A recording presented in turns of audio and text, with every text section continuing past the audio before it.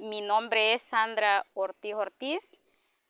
Vivo en la comunidad Cantón Panchimalquito, la jurisdicción de Panchimalco.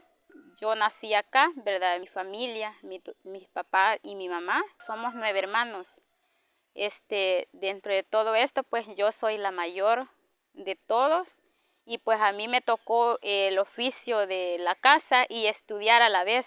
Yo me levanto muy temprano, ¿verdad? Cuando digo, hoy vamos a ir a la milpa, hoy va a haber reunión, yo alisto todo de comer los animales, ¿verdad? Y tempranito hago el aseo en la casa.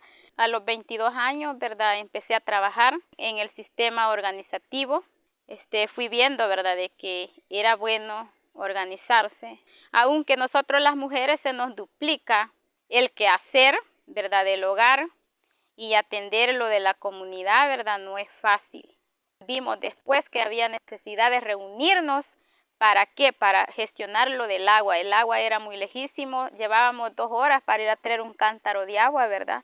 Eso ha sido muy duro en la vida, pero luego de todo esto nos dieron la tubería, pues vino el proyecto de agua, aunque nos cuesta algo porque hay que jalarlo de la cantarera a la casa, pero ya es menos, ¿verdad? No es el gran trayecto, ¿verdad? Aquí tenemos una iniciativa a través, ¿verdad?, del Comité de Mujeres, que es muy bueno, ¿verdad? Mire una iniciativa que es de granja de pollos. Tengo que ir a ver los pollos que tienen agua, que tienen comida. Y otra que sí me ha gustado, que la demanda de venta de pollo ha sido muy buena. Trabajamos también con la siembra, ¿verdad?, de maíz y todo eso.